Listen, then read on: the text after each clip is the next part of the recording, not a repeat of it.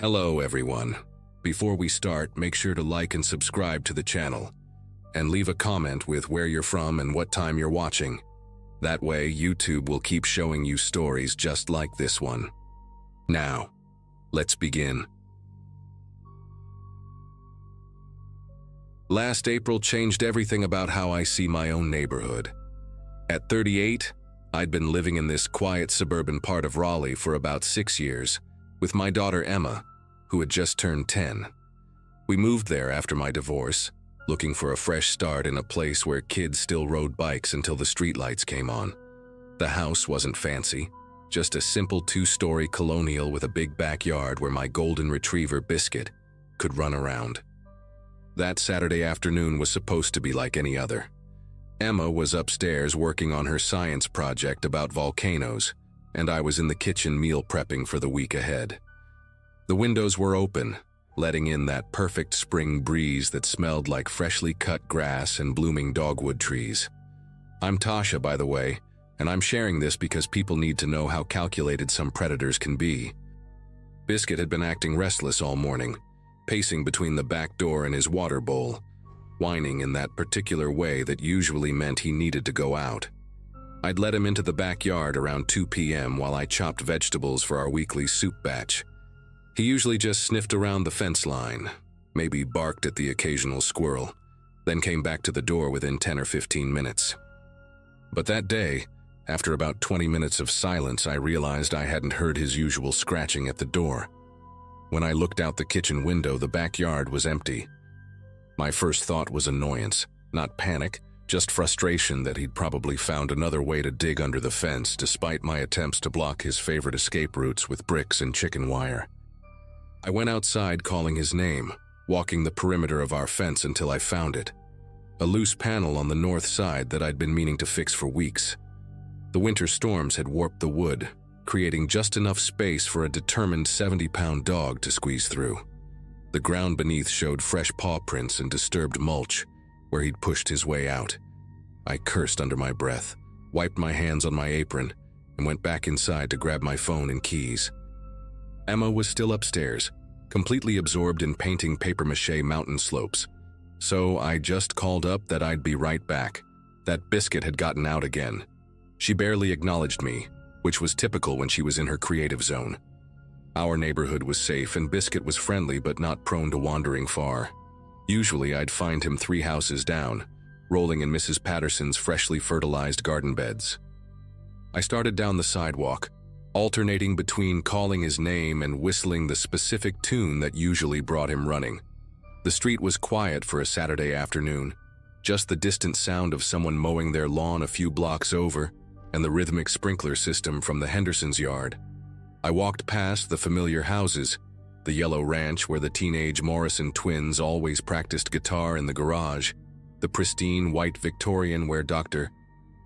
kept her prized rose garden, the corner lot with the little free library that Emma and I visited every Sunday. No sign of Biscuit anywhere. After about 10 minutes of searching, genuine worry started creeping in. He'd never wandered this far before, and despite being a big dog, he was gentle as a lamb and way too trusting of strangers. The thought of him getting hit by a car on the busier road just beyond our subdivision made my chest tight with anxiety. Just as I was pulling out my phone to text our neighborhood Facebook group, I heard footsteps behind me. A man was walking up the sidewalk from the direction of Maple Street, and cradled in his arms was Biscuit. Relief washed over me so fast I actually laughed out loud. The man was probably in his early 40s, wearing dark jeans and a faded blue work shirt with the sleeves rolled up. He had one of those faces that seemed designed to blend into a crowd. Medium build, sandy brown hair that needed a trim, stubble that looked about 3 days old. The only distinctive feature was a small scar that cut through his left eyebrow, creating a permanent gap in the hair. Biscuit seemed perfectly calm in his arms, tail wagging lazily, tongue lolling out in that dopey way golden retrievers perfected. "This your boy?" the man asked, shifting Biscuit's weight in his arms. His voice had a slight rasp to it, like someone who'd spent years smoking but had recently quit. "Found him sniffing around the storm drain down on Maple. Figured he belonged to someone in the neighborhood. He's too well fed to be a stray." He smiled, revealing teeth that were slightly yellowed but straight. I rushed forward, my hands reaching for Biscuit's collar, thanking the man profusely. Biscuit wiggled in recognition, his whole body wagging now, trying to lick my face as I checked him over for injuries. He seemed fine, just a bit dirty around his paws and belly. The man held him steady while I clipped the leash I'd grabbed onto his collar, his hands large and calloused, with dirt under the fingernails like he worked construction or landscaping. "I can't thank you enough," I said, still focused on Biscuit, running my hands through his fur to check for cuts or thorns. He got out through a loose fence board. "I've been meaning to fix it, but you know how it is. There's always something else that needs doing first." The man made a sympathetic noise, said he understood completely, that he had a German Shepherd himself who was an escape artist. He asked if I lived nearby, gesturing vaguely back toward my street. Without thinking, caught up in my relief and gratitude, I pointed toward my house, mentioned it was just 3 houses down from where we were standing, the one with the red mailbox and the oak tree in the front yard. He nodded, said he'd noticed that tree before, that it must be at least 50 years old judging by the trunk. We walked together for a moment, me chattering nervously about Biscuit's escape habits, him making appropriate responses until we reached my driveway. "Well, thanks again," I said, starting up the driveway, eager to get Biscuit inside and check on Emma. But the man followed a few steps onto my property, asking if I had any water he could have. Said he'd been walking around looking for the dog's owner for almost 20 minutes and was parched.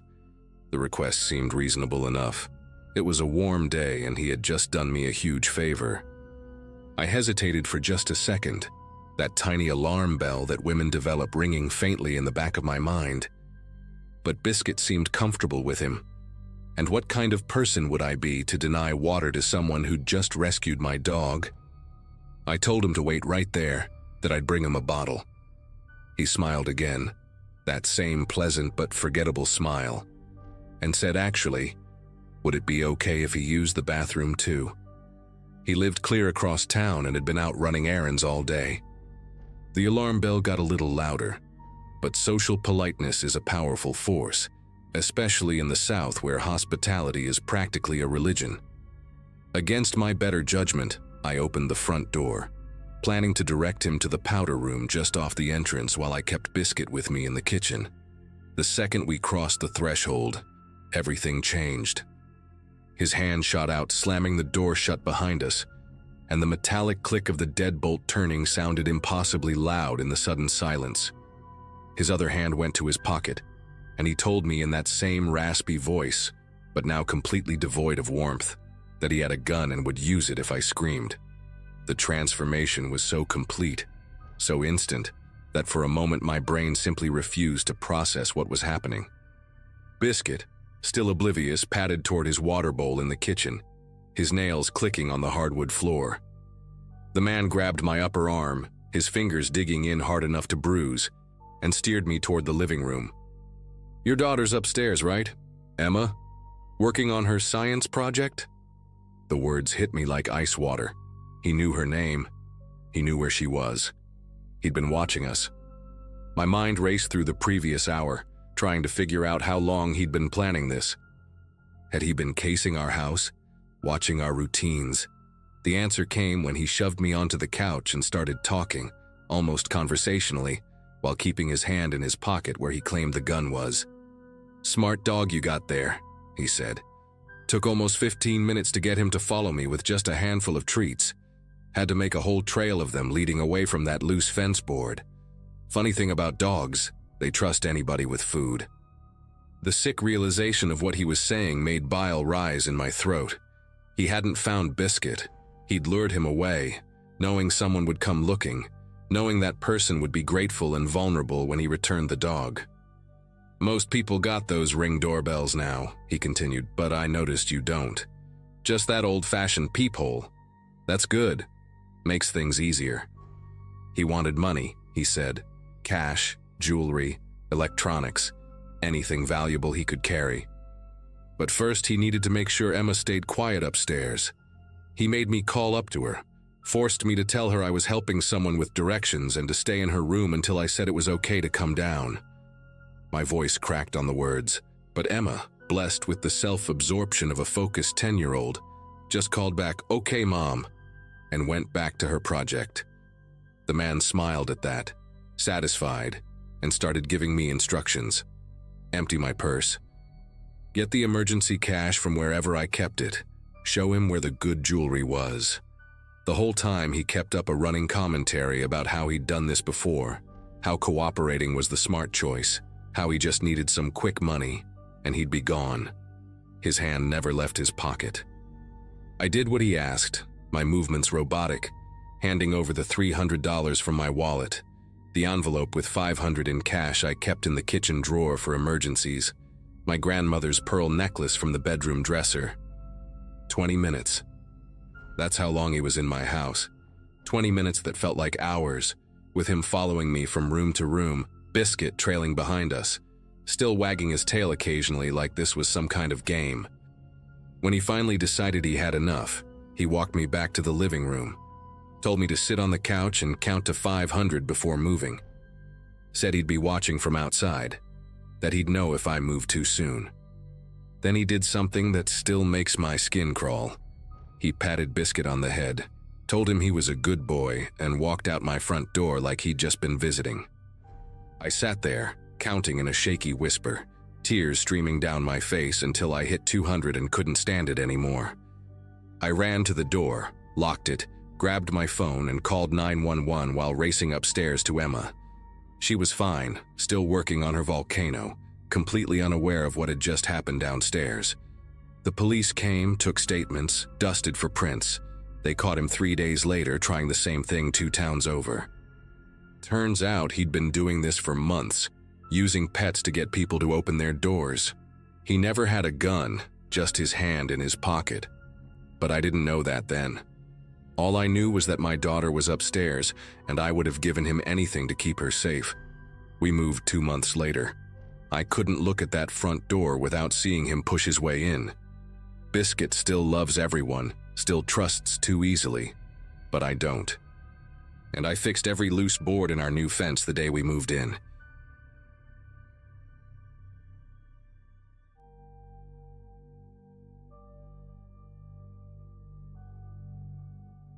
The summer between junior and senior year was supposed to be my time to relax and maybe get ahead on some college prep. My parents had taken a 2-week cruise to Alaska, leaving me to watch the house in our quiet neighborhood in Riverside, California. At 17, I thought staying home alone would be the ultimate freedom, sleeping in late, playing video games without anyone nagging me, ordering pizza whenever I wanted. Our street was one of those typical suburban ones where nothing ever happened. Ranch-style homes with neat lawns, kids riding bikes, neighbors who waved when they walked their dogs. The most excitement we'd had in years was when Mrs. Chen's cat got stuck on the Williamsons' roof, and the fire department had to come get it down. That Tuesday started like any other day alone. I woke up around 11, made myself some cereal, and settled into the living room to binge-watch shows on Netflix.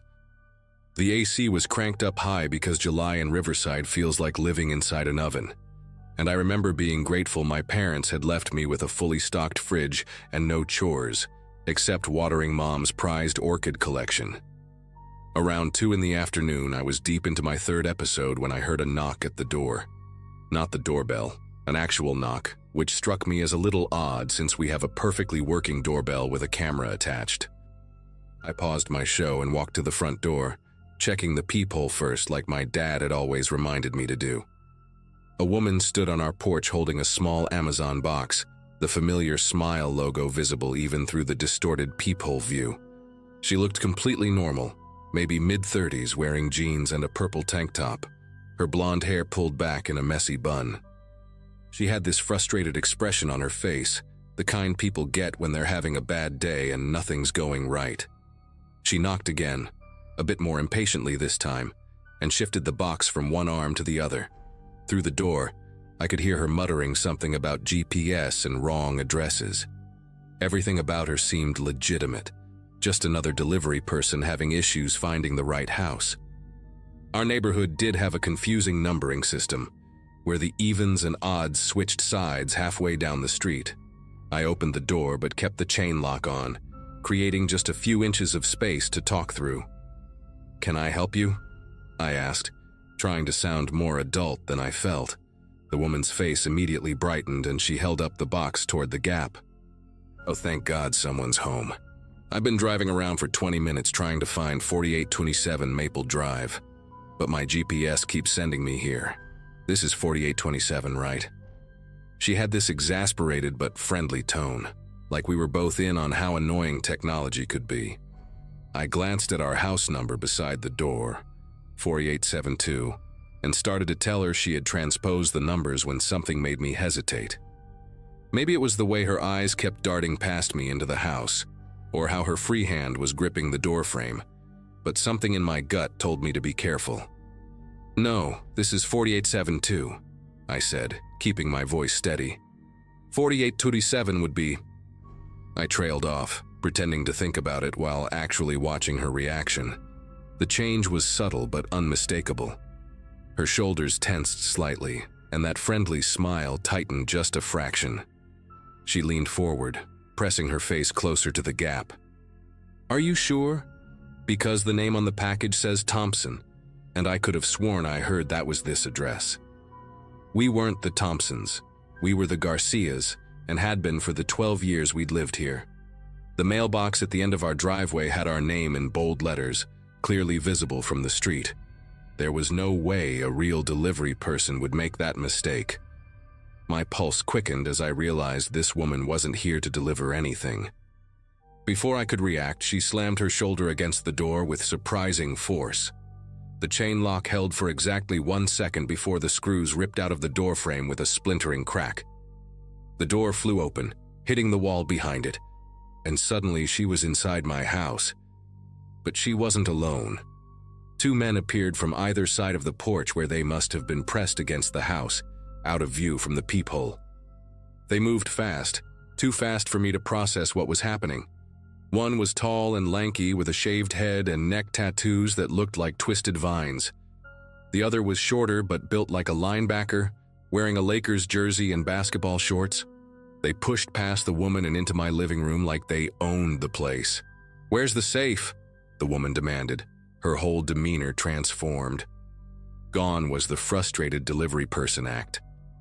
Her voice was sharp and commanding, her eyes scanning the room with practiced efficiency. The fake Amazon box hit the floor, revealing it was empty, just a prop. The tall one with the tattoos headed straight for the hallway leading to the bedrooms, while Lakers jersey started pulling open drawers in the entertainment center. "We know your parents keep cash in the house. Don't make this difficult, kid." My mind was racing, trying to make sense of what was happening. How did they know my parents were gone? How did they know about— Wait, my parents didn't even have a safe. Dad kept some emergency cash in his sock drawer, and Mom had jewelry in her closet, but we definitely didn't have a safe. "Listen," I started, raising my hands to show I weren't a threat. "There's no safe here, you've got the wrong house." The woman laughed, but it wasn't a pleasant sound. It was harsh and disbelieving, like I'd just told the world's worst joke. She pulled out a phone and showed me a screenshot of what looked like a Facebook post. I couldn't read the details from where I stood, but I could see our house in the background of the photo. "Your daddy's been bragging online about his new gun safe, posted pictures and everything. Now where is it?" That's when it clicked. My dad had shared photos from a friend's house last month when they'd installed a massive gun safe, but the photos must have auto-tagged our home location. These people had done their homework, but they'd gotten it completely wrong. And now they were in my house, getting angrier by the second as they realized their intel was bad. The tall one emerged from the hallway empty-handed, frustration written across his face. "Nothing in the bedrooms except some cheap jewelry and maybe $40 in change." He kicked over a potted plant as he walked back, sending dirt scattering across Mom's clean carpet. Lakers jersey had moved to the kitchen and was yanking open cabinets, tossing dishes onto the floor. The sound of breaking plates made me flinch. These weren't professional thieves. They were desperate, sloppy, and that made them dangerous. The woman grabbed my arm, her nails digging into my skin through my t-shirt. "You're lying to us, Marcus." The sound of my name from her mouth sent ice through my veins. How did she know my name? "We've been watching this place. We know when your parents left. We know you're here alone." My mind went into overdrive trying to figure out an escape plan. The front door was still open behind them, but Lakers' jersey stood between me and freedom. The back door was through the kitchen, but the tall one had positioned himself there. My phone was in my pocket, but there was no way I could call for help without them noticing. Then I remembered the bathroom. It was just down the hall, had a lock, and most importantly, had a small window that opened to the side yard. If I could get there and lock myself in, I could call 911 and maybe squeeze through the window. It wasn't much of a plan, but it was better than standing here waiting for them to get more violent. Okay, I said, trying to sound defeated. "The safe, it's in my parents' closet, behind the clothes. I'll show you." The woman released my arm but stayed close as we moved toward the hallway. The two men followed, their heavy footsteps making the floor creak. My heart was pounding so hard I was sure they could hear it. We passed the bathroom door, and I forced myself to keep walking to sell the lie. In my parents' room, I made a show of pushing aside hanging clothes in their walk-in closet, pretending to look for something. It should be right here," I mumbled, buying time. The three of them crowded into the closet doorway, trying to see what I was doing. This was my chance. I suddenly shoved backward with all my strength, using my shoulder to ram into Lakers' jersey's stomach. He stumbled back into the other two, and I sprinted for the bathroom. I'd never moved so fast in my life. My feet barely touched the ground as I flew down the hall, grabbed the bathroom doorknob, and threw myself inside. The lock clicked just as bodies slammed against the door from the other side. The cheap hollow core door shook in its frame, and I knew it wouldn't hold for long. My fingers fumbled with my phone as I dialed 911, wedging my back against the door to give it extra support. 911, what's your emergency?" The operator's calm voice seemed surreal given the chaos. 3 people broke into my house. They're trying to break down the door. I'm at 4872 Maple Drive in Riverside. Please hurry! The banging intensified, and I heard the woman's voice, deadly calm now. Open the door, Marcus. You're just making this worse for yourself. A crack appeared in the door near the handle. They were kicking it now, and each impact sent splinters of wood flying.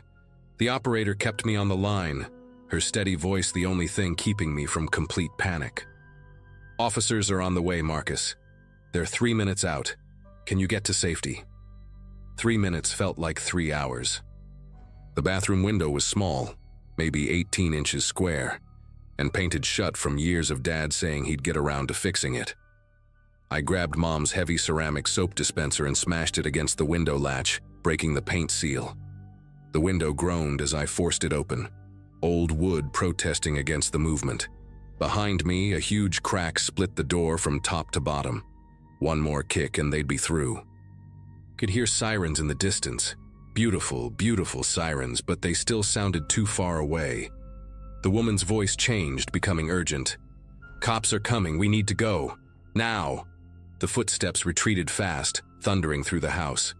I heard the front door slam, then car doors, then tires squealing on asphalt. But I stayed put, pressed against that broken door with the phone clutched in my hand, not trusting that they were really gone. The sirens grew louder, closer, until red and blue lights flashed through the small window. Only when I heard Riverside Police, "Is anyone in the house?" did I finally open what was left of the bathroom door. 4 officers had their weapons drawn, clearing each room professionally.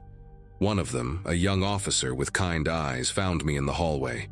My legs were shaking so badly I had to lean against the wall. "You're safe now," she said, holstering her weapon. "You did exactly the right thing calling us and finding a secure location." The aftermath was surreal. Police photographers documented everything: the broken chain lock, the scattered dirt from the plant, the smashed dishes, the destroyed bathroom door. Detectives asked me to describe the 3 intruders in detail, and I was surprised by how much I remembered. Every tattoo on the tall one's neck, the specific Lakers jersey number, 24, Kobe's number, the woman's chipped purple nail polish. Neighbors came out to watch, and Mrs. Chen brought me a blanket and hot chocolate, even though it was 90 degrees outside. She sat with me on the porch while I called my parents, trying to keep my voice steady as I explained what had happened. My dad wanted to fly home immediately, but the detective assured him I was safe and they'd have a patrol car watching the house. 2 days later, Detective Rodriguez called with an update. They'd found the getaway car abandoned in a grocery store parking lot 3 miles away. Inside was the fake Amazon box and a printout of my dad's Facebook post, the one from his friend's house that had started this whole nightmare. Security footage from the store showed them switching to another vehicle, but the license plate was visible. Within a week, all 3 were arrested trying the same scam in another city. The woman turned out to be wanted for similar home invasions across Southern California. She'd made a career out of studying social media for targets, looking for mentions of safes, expensive purchases, or vacation plans. They'd picked our house because of a tagged location mistake and assumed a 17-year-old would be an easy target. What they hadn't counted on was that sometimes a bathroom door and a 3-minute response time make all the difference. My parents got better locks. I deleted all my social media and we never posted another photo with location tags again. Sometimes the best lessons are the ones that scare you the most.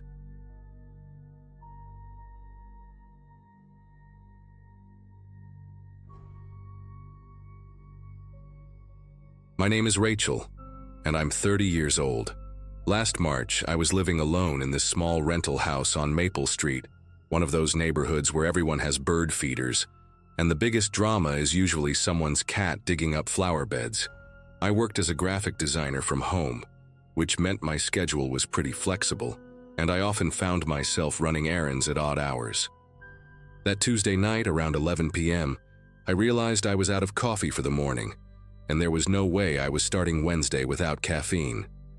The closest place open was a Shell station about 15 minutes away, one of those bright fluorescent islands on the edge of town where truckers stop and teenagers hang out in the parking lot. The drive there was uneventful. Just me and my podcast about unsolved mysteries filling the silence. The gas station was mostly empty when I pulled in, just the clerk inside and an older guy pumping diesel into his pickup. I parked near the door, went in, grabbed my coffee and some snacks, made small talk with the clerk about the weather. Normal stuff. But when I walked back to my car, I noticed a silver sedan parked at the far pump, engine running. No one pumping gas. 2 figures sat inside, and even though the windows were tinted, I could tell they were watching me. The car had one of those aftermarket spoilers and custom rims that rattled slightly in the wind. I got in my Honda and pulled out, telling myself I was being paranoid. The sedan didn't move at first, which made me relax a little. But as I turned onto the main road, I saw those distinctive LED headlights swing out behind me. They kept their distance, maybe 3 or 4 car lengths back, matching my speed exactly. When I switched lanes, they switched lanes. When I slowed down at a yellow light, they slowed down too. My neighborhood was a maze of suburban streets with lots of turns, and I took a deliberately complicated route home, making unnecessary rights and lefts. The silver sedan stayed with me through every single turn, never getting closer, never falling back, just maintaining that steady, deliberate distance that made my skin crawl. By the time I pulled into my driveway, my heart was hammering against my ribs. The sedan drove past without slowing down, and I caught a glimpse of the license plate, one of those temporary dealer tags that was conveniently too faded to read clearly. I sat in my car for a full minute, watching my mirrors, before finally grabbing my groceries and hurrying inside. I locked the deadbolt, put on the chain, and peeked through the blinds at the street. Everything looked normal. The neighbor's porch light was on, casting familiar shadows across their lawn. A cat darted between the bushes. I told myself I was overreacting, that it was just someone who happened to live in the same direction. I put the coffee away, brushed my teeth, changed into my pajamas, and tried to settle in with some Netflix in my bedroom. About 30 minutes later, I was halfway through an episode when I heard it. A soft scraping sound coming from the back of the house. At first, I thought it was just the wind moving the trash cans or maybe a raccoon getting into something. But then I heard it again, more deliberate this time, like metal against wood. I muted the TV and listened. The sound came again, and this time I recognized it. Someone was working at my back window, the one in the spare bedroom I used as an office. The window that had a broken lock I'd been meaning to fix for weeks. My whole body went rigid as I heard the frame creak, the sound of someone testing it, pushing up slowly, carefully, like they knew exactly which window to try. I slipped out of bed, keeping the lights off, and crept down the hallway on bare feet. Through the crack under the office door, I could see shadows moving outside the window, backlit by the streetlight in the alley. There were 2 of them. I could hear muffled voices now, low and urgent. One of them had something in his hand that caught the light. A crowbar maybe, or a Slim Jim. They were working methodically, professionally, like they'd done this before. My phone was still in the bedroom. I had to make a choice, go back for it and risk making noise or find somewhere to hide first. The window frame gave another groan, and I heard one of them say something about almost there. That decided it for me. I ducked into the bathroom, the only room in the house without windows, and locked the door as quietly as I could. My phone, thank God I'd grabbed it after all, showed 11:47 p.m. I dialed 911, whispering to the dispatcher that someone was breaking into my house right now. Please send someone immediately. She kept me on the line, asking questions I could barely answer because I was straining to hear what was happening outside the bathroom door. The window finally gave way with a wooden crack that sounded like a gunshot in the quiet house. I heard feet hit the floor, heard them moving through my office, opening drawers. They weren't even trying to be quiet anymore. One of them said something about checking the bedroom, and I heard footsteps coming down the hall, getting closer to where I was hiding behind a locked bathroom door that suddenly seemed as flimsy as paper. The doorknob rattled. I pressed myself against the far wall, still clutching the phone, the dispatcher's voice tiny and distant in my ear. The person outside tried the knob again, harder this time, and I heard him call to his partner. "Hey, bathroom's locked. She might be in here." The other voice responded from somewhere near my bedroom. "Check the closets first. We need to find her before—" He cut himself off, but I knew what he meant. Before I could call for help, before I could identify them, before I could escape. They thought I was just scared, hiding somewhere obvious. They didn't know I'd already called 911, that help was supposedly on the way. But where were the police? It had been maybe 3 minutes since I'd called, but it felt like hours. The doorknob rattled again, and this time I heard the distinct click of someone trying to pick the lock. Then, like a miracle, I heard sirens. Distant at first, but growing louder. The picking stopped immediately. "Cops!" one of them hissed, and I heard them scrambling, running back toward the office. Through the thin bathroom walls, I could hear them climbing back out the window, cursing as they went. Something fell and shattered, probably the lamp on my desk. The sirens were screaming now, right outside, and I saw red and blue lights flashing through the gap under the door. Car doors slammed. I heard shouting, authoritative voices commanding someone to stop, to get on the ground. There was more cursing, the sound of feet pounding on pavement, more shouting. The dispatcher was asking if I was okay, if I was safe, telling me to stay where I was until an officer came to get me. I don't know how long I stayed in that bathroom. Eventually, there was a knock on the door and a woman's voice identifying herself as Officer Martinez. I unlocked the door with trembling fingers and saw a uniformed officer with kind eyes and her hand resting on her weapon. She led me outside where 3 patrol cars had my little street lit up like a movie set. In the back of one car sat 2 men in ski masks, hands cuffed behind their backs. One of them turned to look at me through the window, and even with the mask on, I recognized the build, the posture. These were the same men from the gas station. Officer Martinez explained they'd caught them trying to run through my neighbor's backyard. The silver sedan was parked 2 blocks over, engine still warm. The next few hours were a blur of questions and photographs and evidence bags. The detectives told me something that made my knees weak. They found rope and zip ties in the sedan, along with a roll of duct tape and a knife. They found more than that too. In the glove compartment was a notebook with addresses, descriptions of women, their daily routines. Mine was the newest entry. Shell Station, 11 p.m., lives alone, small Honda, takes Maple Street. But there were others.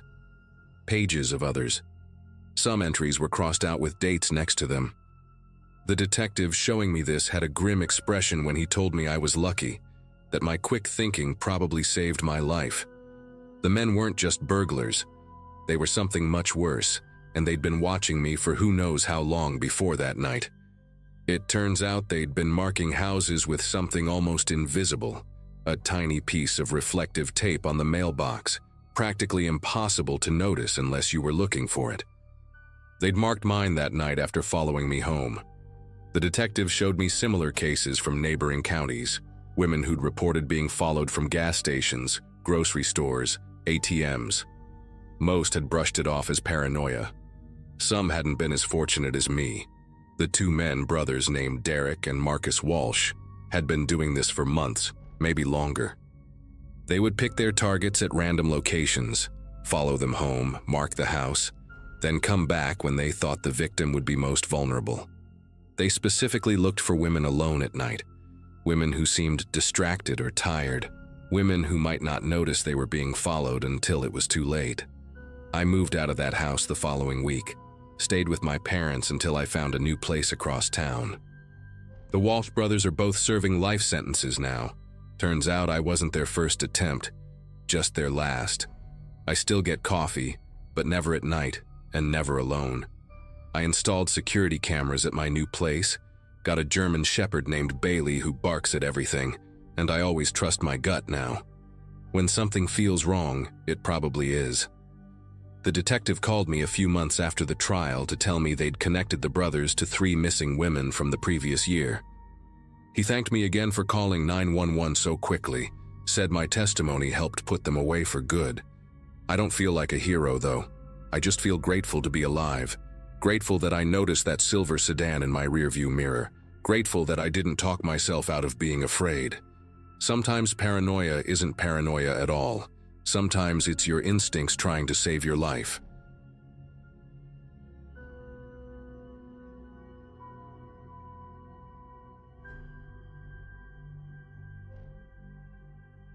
I live in a shared house in North Carolina, not far from Durham. The setup is simple: 3 bedrooms, shared kitchen, a narrow living room with sagging furniture we never replaced. At the time this happened, I was 32 and working night shifts doing maintenance at a hospital nearby. My hours were irregular, which meant I was usually the one popping in and out while the others were either working remotely or out with friends. It wasn't a fancy place, but we kept it functional.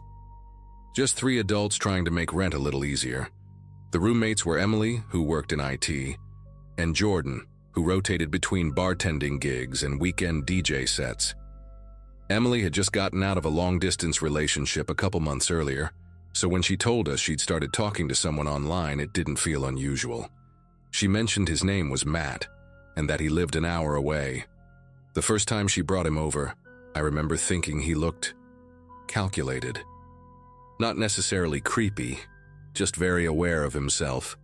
Trim beard, soft-spoken, always in gray or black. He was polite to a fault, but his eyes moved like he was cataloging things.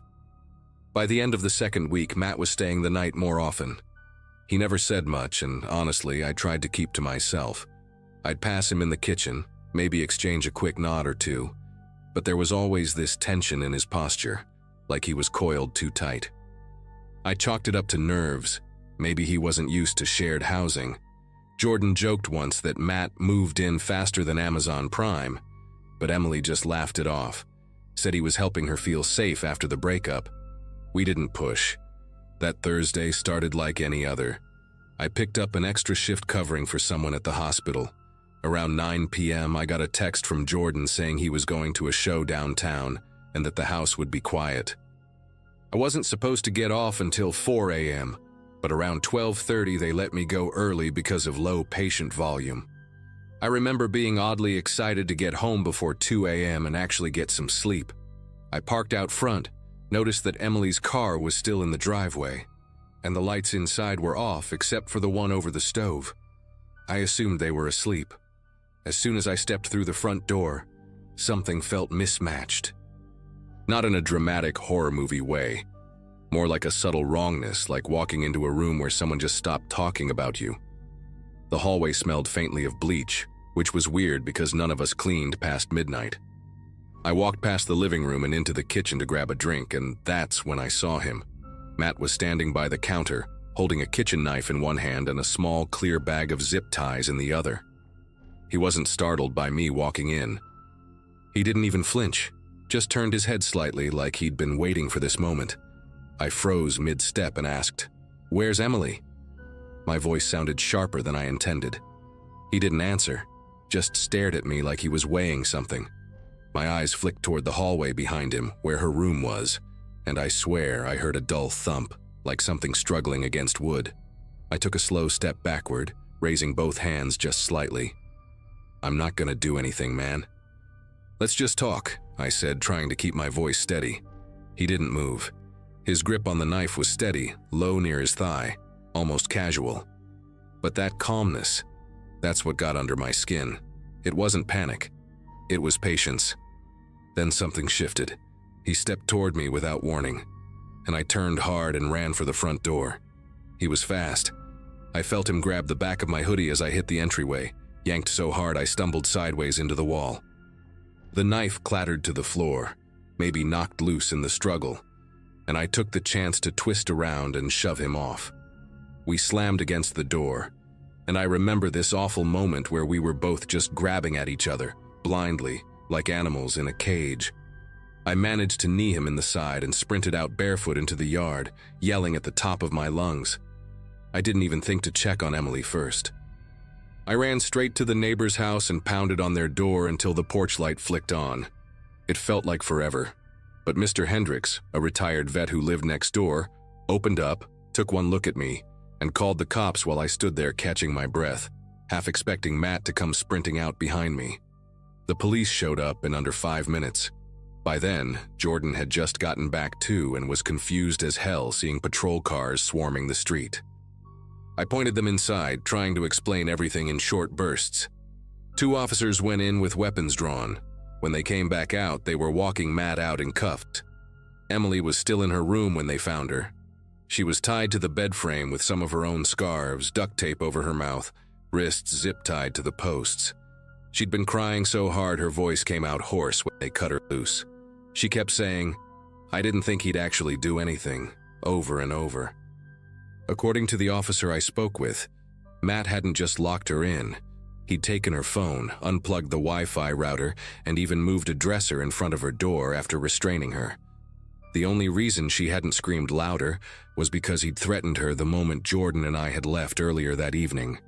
Later that night, the detectives told us this wasn't the first time.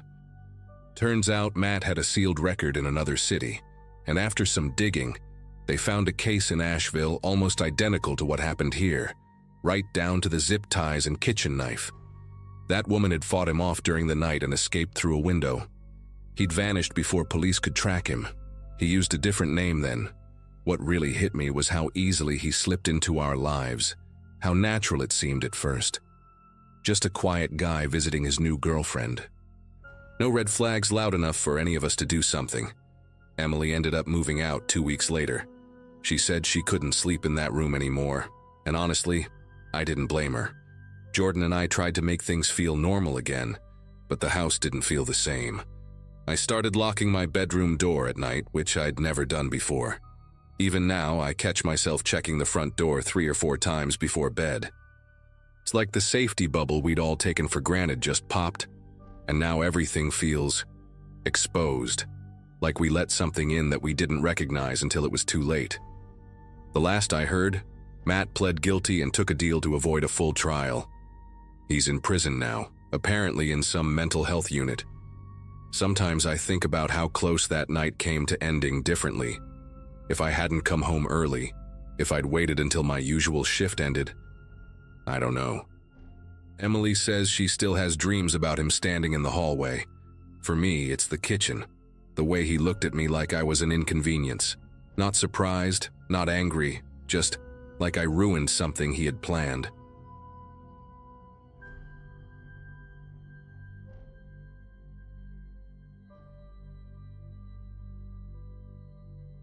So this is probably going to sound crazy, but I need to get this off my chest because it still haunts me 15 years later. My name is Maya, and when I was 13, my mom got called for this last-minute job interview at some fancy restaurant downtown. She'd been unemployed for 3 months after the factory closed, and we were barely scraping by on unemployment checks. The interview was scheduled for 8 p.m. because the manager could only meet after the dinner rush. Mom was nervous as hell, changing outfits like 5 times and practicing her answers in the mirror. She kept apologizing for leaving me alone, but honestly, I was kind of excited. At 13, being home alone felt like this huge milestone of independence. Our neighborhood was quiet, mostly older folks and young families, the kind of place where everyone knew each other's business, but still minded their own. The house we rented was this old 2-story colonial with creaky wooden floors and doors that never quite closed properly. Mom had been meaning to fix the backsliding door for months because the lock was finicky. You had to jiggle it just right or it wouldn't catch. She showed me one more time how to work it before she left, making me promise to double-check all the locks after she was gone. The kitchen window faced our neighbor, Mrs. Patterson's house, and I could see her blue TV light flickering through her curtains. Mom kissed my forehead, told me she'd be back by 11 at the latest, and reminded me for the 100th time not to open the door for anyone, not even if they claimed to know her. The sound of her old Honda Civic coughing to life in the driveway made me feel both excited and oddly nervous, though I couldn't pinpoint why. I spent the first hour doing what any unsupervised 13-year-old would do, raiding the kitchen for snacks Mom usually rationed and flipping through channels we didn't normally watch. Around 9:30, I was sprawled on the living room couch eating leftover pizza and watching some cheesy horror movie when I noticed movement outside the front window. There was this guy, maybe in his 30s, wearing dark jeans and a gray hoodie, just walking slowly up and down the driveway of the house across the street. The Hendersons lived there, but they were out of town visiting their daughter in California. Mom had mentioned collecting their mail while they were gone. What struck me as weird wasn't just that he was there, but how deliberate his pacing was. He'd walk from the street to their front porch, pause for like 30 seconds, then walk back to the sidewalk and repeat the whole thing. He kept glancing toward our house, and even though I was watching from behind the curtain, I swear he was looking right at our windows. At first, I figured maybe he was a friend of the Hendersons who didn't know they were out of town. But after watching him for 20 minutes, the pattern became unsettling. He never approached their door or tried to knock. He never pulled out a phone to call them. He just kept pacing, always with those casual glances toward our house. The way he moved was too casual, too practiced, like he was trying to look normal while actually surveying the area. When a car drove down our street, he'd stop pacing and pretend to check his phone until it passed, then resume his weird ritual. The pizza in my stomach started feeling heavy, and I found myself checking the front door lock 3 times in a row. Something about his presence made the familiar sounds of our house, the refrigerator humming, the heater clicking on, seem amplified and somehow threatening. Around 10:15, the guy finally stopped pacing and walked away, disappearing around the corner toward the main road. Relief washed over me, and I actually laughed at myself for getting so worked up over some random dude who was probably just lost or waiting for someone. I turned the TV volume back up and tried to focus on the movie, but my concentration was shot. Every few minutes, I'd peek through the curtains to make sure he hadn't come back. The street looked normal again, just empty sidewalks under the yellow streetlights and Mrs. Patterson's TV still glowing blue through her windows. I kept telling myself I was being paranoid, that Mom's constant warnings about stranger danger had just gotten to my head. But there was this nagging voice in the back of my mind that kept replaying how deliberately he'd been watching our house, like he was timing something or waiting for a specific moment. By 10:45, I was getting antsy for Mom to come home. The house felt bigger and emptier than usual. with too many dark corners and too many windows that anyone could peer through. I went around closing all the curtains I'd left open, double-checking every lock on the first floor. The back sliding door was always the trickiest. You had to lift the handle while turning it, then jiggle it to make sure the latch actually caught. I tested it twice, pulling on the door frame to make sure it wouldn't budge. Satisfied that everything was secure, I grabbed a bag of chips and headed upstairs to wait for Mom in my bedroom, where I could see the driveway through my window and spot her headlights the moment she pulled in. The wooden stairs creaked under my feet in their familiar pattern. The third step from the bottom always groaned the loudest. Then the seventh step near the top had this sharp squeak that Mom kept saying she'd fix. I was lying on my bed, half watching some late-night talk show and half listening for the sound of Mom's car, when I heard it. A soft metallic clicking sound from downstairs, like someone was manipulating the back door handle. At first I convinced myself it was just the house settling, or maybe the heater making noise. But then I heard it again, that distinctive sound of the sliding door mechanism being worked. My heart started pounding so hard I could hear it in my ears. I muted the TV and held my breath, straining to listen. For maybe 30 seconds there was complete silence, and I started to think I'd imagined it. Then I heard the unmistakable whisper of the sliding door opening, that soft scraping sound it made against the track, followed by the gentle thud of it being closed again. Someone was inside my house. The same person who'd been watching from across the street now knew exactly which door was the easiest way in, and somehow, he'd figured out how to work that finicky lock. The terror that hit me was unlike anything I'd ever experienced. This wasn't the jump-scare fear you get from horror movies. This was primal, gut-deep panic that made my entire body feel electric with adrenaline. I could hear footsteps on the kitchen linoleum, slow and deliberate, like whoever was down there was trying to be quiet, but didn't realize how sound carried in our old house. They were moving through the first floor methodically, and I could track their progress by the creaking floorboards. Living room, dining room, the bottom of the stairs. My mind raced through every possible option. The house phone was downstairs in the kitchen. My mom wouldn't be back for at least 20 minutes, and Mrs. Patterson was probably asleep with her TV on. The footsteps paused at the bottom of the staircase, and in that moment of silence I made the only decision that made sense. I slipped off my bed as quietly as possible and crawled into my closet, pulling the door almost completely shut behind me. Crammed between my hanging clothes and a pile of shoes, I tried to control my breathing and listen to what was happening. The footsteps started up the stairs, hitting every creak I knew by heart. Third step, groan. Seventh step, squeak. Whoever this was, they weren't familiar with our house's quirks because they stepped heavily on every noisy board that Mom and I had learned to avoid. Through the tiny crack I'd left in the closet door, I could see a sliver of my bedroom illuminated by the hallway light that I'd left on.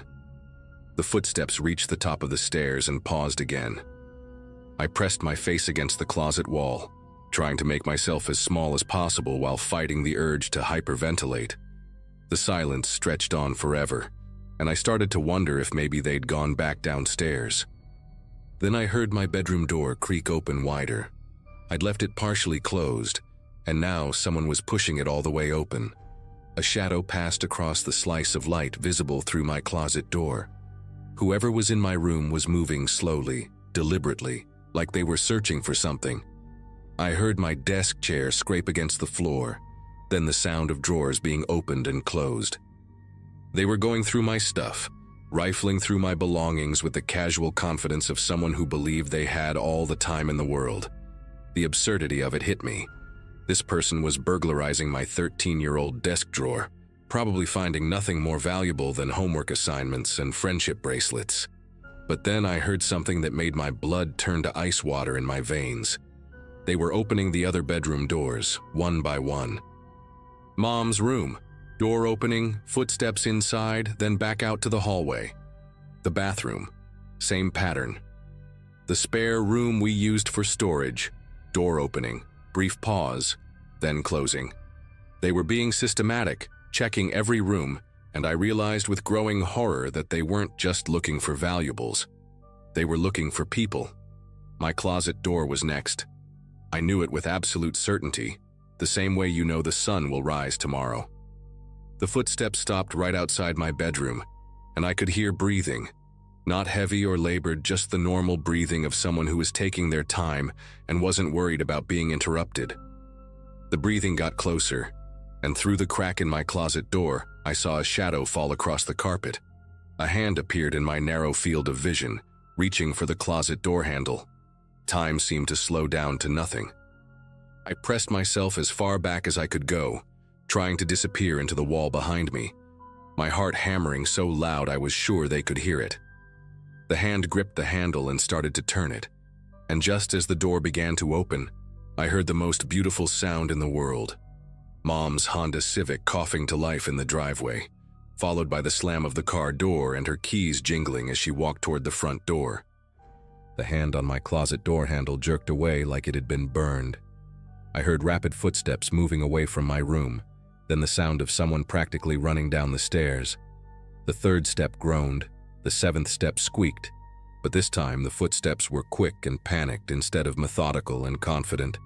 I heard the back sliding door open and close again, much more hastily than before, followed by the sound of footsteps on the back patio, and then silence. Mom's key turned in the front door lock, and I heard her call out, "Maya, I'm home, honey," in that cheerful voice she used when she was trying to hide how exhausted she was. I wanted to run to her immediately, to throw myself into her arms and tell her everything, but my legs wouldn't work. I just sat there in my closet shaking and crying with relief, listening to her footsteps as she moved through the house calling my name. When she finally found me huddled in the closet, she took one look at my face and knew something terrible had happened. I told her everything. The man across the street, the sounds downstairs, the methodical search of our house, how close I'd come to being discovered. She called the police immediately, and they found pry marks on our back door frame where someone had forced the lock. The officer explained that burglars often watch houses to establish patterns, waiting for the perfect moment when they know everyone is gone. But this guy had made one crucial mistake. He'd assumed that because Mom left alone, the house was empty. He never counted on a scared 13-year-old hiding in a closet, and Mom's early return had probably saved my life.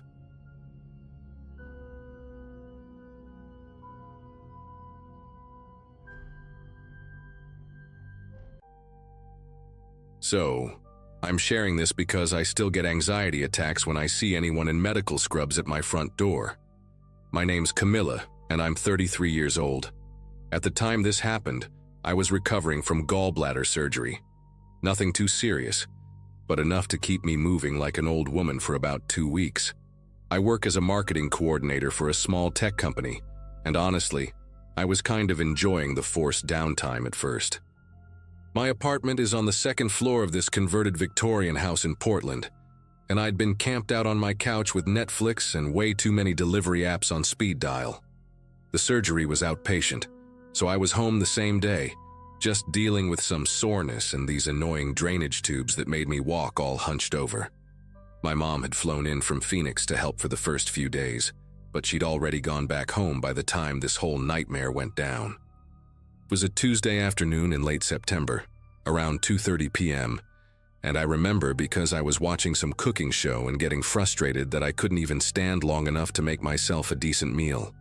The weather had just started turning crisp, and I had the windows cracked open because the apartment gets stuffy when it's closed up all day.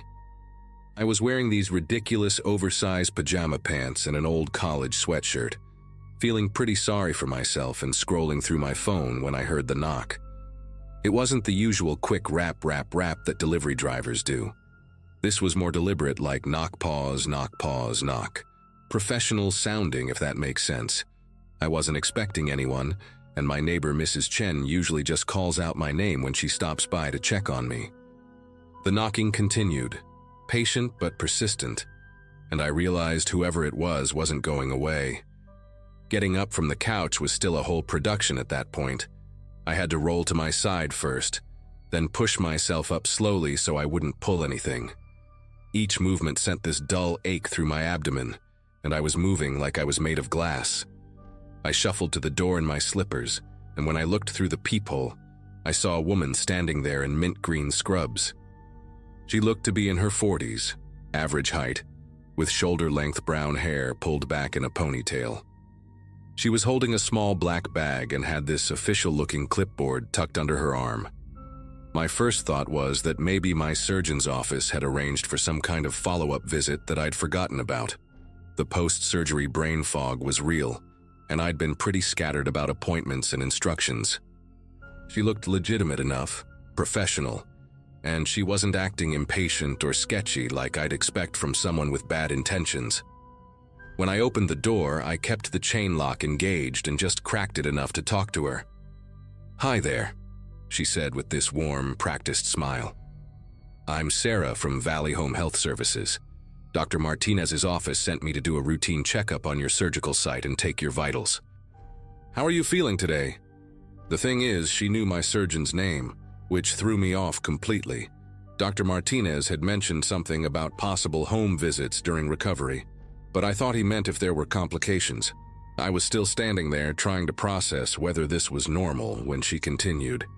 "I know you weren't expecting me, but we like to do surprise wellness checks to make sure our patients are healing properly at home. It'll just take a few minutes and then you can get back to resting." She seemed to know exactly what to say to make it sound routine and official, and honestly, I was still pretty medicated and not thinking as clearly as I should have been. But something nagged at me. Maybe it was the way she kept glancing past me into the apartment, or how she shifted her weight from foot to foot like she was anxious to get inside.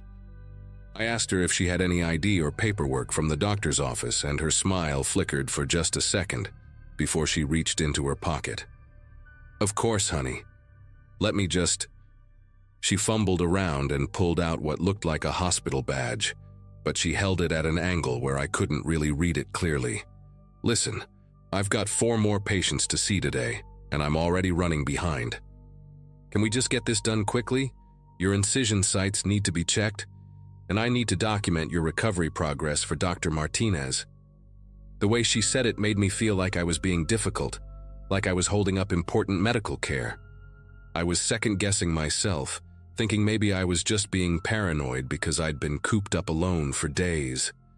The pain medication definitely wasn't helping my decision-making, and I felt foggy and uncertain about everything. Against my better judgment, I unlatched the chain and stepped back to let her in. She immediately pushed the door wider than I'd opened it, and stepped inside with this purposeful stride that didn't match her earlier friendly demeanor. "Great. Let's get you settled on the couch so I can take a look," she said, but her eyes were already scanning my living room, taking inventory of everything. My laptop on the coffee table, my purse hanging on the chair, the bottles of prescription pain medication lined up on the kitchen counter. The way she was looking around set off every alarm bell in my head, but she was already moving toward my medication setup like she belonged there. "Wow, they really loaded you up with the good stuff," she said, picking up one of the bottles and examining the label. "Oxycodone, tramadol. You must have been in serious pain. How many of these have you taken today?" Her tone had shifted completely. Less nurturing nurse, more like someone appraising valuable items. That's when I knew for certain that something was very wrong. Real nurses don't start by going through your medication without permission, and they definitely don't comment on your prescriptions like they're pricing them. I started to say that maybe she should come back another time when I could call the doctor's office to confirm the appointment, but she cut me off. "Actually, Camilla, let's just skip the pleasantries." Her voice had gone completely cold, and when I looked at her face, all pretense of professional caring was gone. She reached into that black bag she'd been carrying and pulled out a kitchen knife. Nothing fancy, just a regular 6-inch blade that looked like it came from someone's cutlery drawer. "Here's what's going to happen. You're going to sit down on that couch, keep your mouth shut, and let me take what I came for. You make any noise, try to call anyone, or give me any trouble, and I'll make sure your recovery takes a lot longer than expected." The casual way she threatened me was almost worse than seeing the knife, like this was just another routine part of her day. My mind went completely blank for a moment. "I mean, You watch crime shows and think you know how you'd react in a situation like this, but when it's actually happening, your brain just stops working. I was still processing the fact that this woman had somehow gotten my doctor's name and address, had shown up in legitimate-looking scrubs, and was now holding a knife in my living room. The absurdity of it almost made it feel unreal, like I was watching it happen to someone else. But the sharp pain in my abdomen when I tensed up reminded me that this was very real, and I was in no condition to fight or run. She gestured toward the couch with the knife, and I backed toward it slowly, my legs feeling like they might give out. "Good girl. See how easy this can be?" she said, already moving toward my kitchen counter where all my medications were lined up. "I'm going to take these and anything else that looks valuable, and then I'll be on my way. You just sit there and stay quiet." What terrified me most was how organized she seemed, like she'd done this before. She pulled out a small duffel bag from her larger bag and started methodically going through my apartment. First, she swept all the prescription bottles into the bag. Not just the pain meds, but also my antibiotics, anti-nausea medication, everything. Then she grabbed my laptop from the coffee table, unplugged my phone charger, and started going through my purse. She found my wallet and took the cash, but she also took my credit cards and wrote down the numbers in a little notebook she had. "Don't even think about canceling these for at least 2 hours, she said without looking up. "I've got friends who can move fast, and if you make trouble for me, I'll make sure they know where you live." The way she talked about friends made my skin crawl. It sounded like she was part of some kind of network, not just a random criminal who'd stumbled onto an opportunity. While she worked, she kept talking, almost like she was trying to justify what she was doing. "You know how easy it is to find out about people like you. Hospital records aren't as secure as they pretend. A few phone calls, a little social engineering, and boom. I know when you had surgery, what medications you're on, even what your insurance covers." She was rifling through my jewelry box now, taking anything that looked like it might be worth something. "You people with your fancy insurance and your prescription painkillers, you have no idea how much this stuff is worth on the street. 1 bottle of Oxy can pay my rent for a month." The resentment in her voice was palpable, like she genuinely believed she was entitled to what she was taking. It was clear this wasn't just about money. There was something deeper going on, some kind of anger at people she saw as privileged or better off than her. The whole time she was ransacking my place, I was trying to figure out if there was any way to get help without her noticing. My phone was on the coffee table, but she'd already spotted it and moved it out of my reach. I kept thinking about Mrs. Chen next door.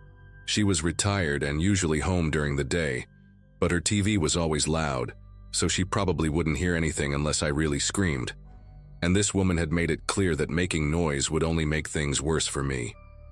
I was stuck there, hurting and helpless, watching this stranger destroy my sense of safety in my own home. The worst part was how methodical she was about it. She wasn't frantic or rushed like you'd expect from someone committing a crime. She was taking her time, being thorough, like she had all day to strip my apartment bare. It was obvious she'd done this before, probably multiple times. After about 20 minutes of her going through my stuff, I heard something that made my heart jump. Footsteps on the stairs outside my apartment. Heavy footsteps, like work boots, and they were coming up to the 2nd floor. The woman heard them too, and for the first time since she'd pulled out that knife, she looked nervous. "Expecting someone?" she asked, and there was an edge to her voice that hadn't been there before. I shook my head, but I was praying it might be my landlord, Mr. Rodriguez, who sometimes came by to check on maintenance issues. The footsteps stopped right outside my door, and then came a loud, authoritative knock. "Police! Open up!" The relief that flooded through me was so intense, I almost started crying. Apparently, Mrs. Chen had been paying more attention than I thought. She'd seen the woman in scrubs go into my apartment and had gotten suspicious when she didn't come back out after a reasonable amount of time. The fake nurse's whole demeanor changed instantly. She grabbed her bag and headed for my kitchen, where there's a back door that leads to the fire escape. "This isn't over," she hissed at me, but I could tell she was panicking now. "You say anything about what I look like and I'll find you again." She was trying to sound threatening, but her voice was shaking and she was moving fast, stuffing the last of my things into her bag. The police were pounding on the door now, shouting for me to open up, and I called out that I was okay, but there was an intruder in the apartment. I heard the woman's footsteps clattering down the fire escape, and then everything went quiet except for my heart hammering in my chest. When I finally opened the door for the officers, I was shaking so hard they had to help me sit down. They caught her 2 blocks away, still carrying my stuff, and it turns out she'd been hitting recovery patients all over the city using the same exact method. The detective who interviewed me later said I was lucky. Some of her other victims had been hurt much worse when they tried to resist.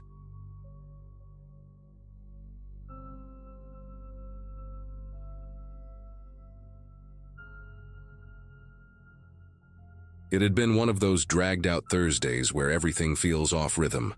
I'd spent most of the evening at my buddy Troy's place just outside town.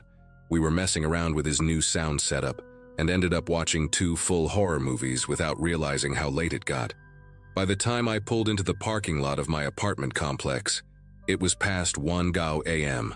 I remember noticing how still everything was. The usual hum of traffic from the nearby highway had died down, and the air was sharp with that faint scent of someone having smoked outside not too long ago.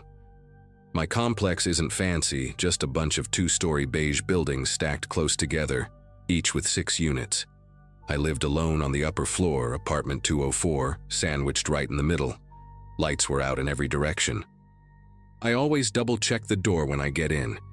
It's a habit I picked up after one of my neighbors got their car broken into last winter.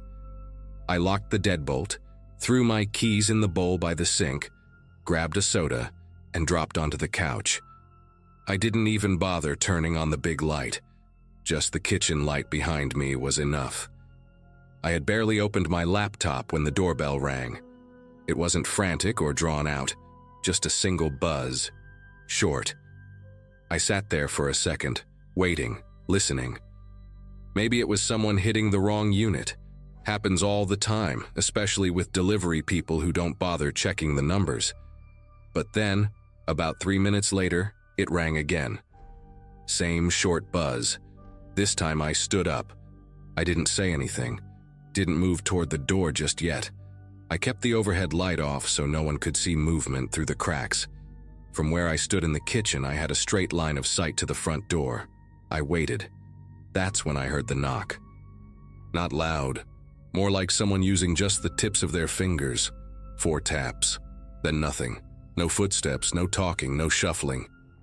I moved slowly to the door, quiet as I could. I peeked through the peephole. There was a man standing directly in front of my door, facing straight ahead. He had on a dark beanie, scruffy facial hair, and one of those puffy zip-up jackets that make people look bulkier than they are. His left hand held a clipboard. Not a phone, not a package. An actual clipboard, like the kind you'd see with surveys or meter readers. But it was nearly 1:20 in the morning. No logo on his jacket, no ID badge. He wasn't looking around. He wasn't fidgeting, just standing there like he was waiting for me to do something. I stayed frozen behind the door, watching. After a long minute, he turned and walked out of view. I didn't sleep well that night. I turned off everything and lay in bed with my hoodie still on, just staring at the ceiling. Every little sound, the fridge kicking on, the pipes settling, kept snapping me back into alertness. I kept replaying the image of that guy standing there. What bothered me wasn't just that he showed up late, it was how patient he was. Most people ring, wait, and leave. He didn't seem in a rush, didn't try to knock loud or call out. It was like he already knew how long he was willing to stand there. Around 3 a.m., I finally passed out with my phone on my chest, half expecting to wake up to another knock. When morning came, the whole vibe around the building had shifted. I opened my door to head down for a coffee run and saw 2 cruisers parked near the leasing office. A couple of officers were talking to residents outside Building C, and one of them was writing stuff down on a little pad. I stayed back for a second, trying to gauge whether I should get involved or just go about my day. But then my downstairs neighbor, Mrs. Elkins, an older woman who always wore bright purple Crocs, called up to me asking if I had seen anything weird the night before. That's when one of the officers looked up and started walking toward me. He asked if I was home the previous night, what time I'd gotten back, and if I'd heard or seen anything strange. I told him about the guy with the clipboard, what he looked like, what time he showed up. The officer's expression changed slightly, still polite but more focused. He flipped to a different page in his notepad and asked if I was sure about the clipboard. I said, yeah, totally sure. He nodded and said they'd been taking reports all morning. Apparently, someone had been ringing doorbells and knocking softly on units across multiple buildings, probably testing to see who was awake. Around 2 a.m., 3 units got broken into, one of them just 2 doors down from mine. What made it worse was what the officers were piecing together. The guy didn't seem to force entry. He was just trying doors, buzzing first, knocking if no one answered, and then gently turning the knob. If it was locked, he moved on. If it wasn't, he went in. No smashed glass, no busted locks, just walked in. One woman said she thought it was her boyfriend coming back from a night shift and didn't check the peephole. He stood in her hallway and left when she started screaming. Another guy said he heard someone open his door, peek in, and leave when he coughed loudly from the bedroom. Everyone kept using the same words: quiet, calm, like he'd done it before. It didn't sound like someone desperate. It sounded practiced. After the cops left, I sat on the edge of my couch for a long time just thinking about how close that guy came to getting inside. I kept picturing my door handle turning slowly, and the guy just letting himself in while I was in the kitchen. Lights low, completely unaware. I thought about how I didn't even have anything in front of the door. No chair, no lock bar, nothing. Just a thin piece of wood and a deadbolt. That morning I drove straight to the hardware store and bought one of those sliding door braces and a little wedge alarm that screams if the door opens. I also switched my peephole for one of those wide-angle ones. Cheap stuff, but it gave me something to do with the nervous energy. I didn't go out much that week. Every little sound in the hallway made me pause.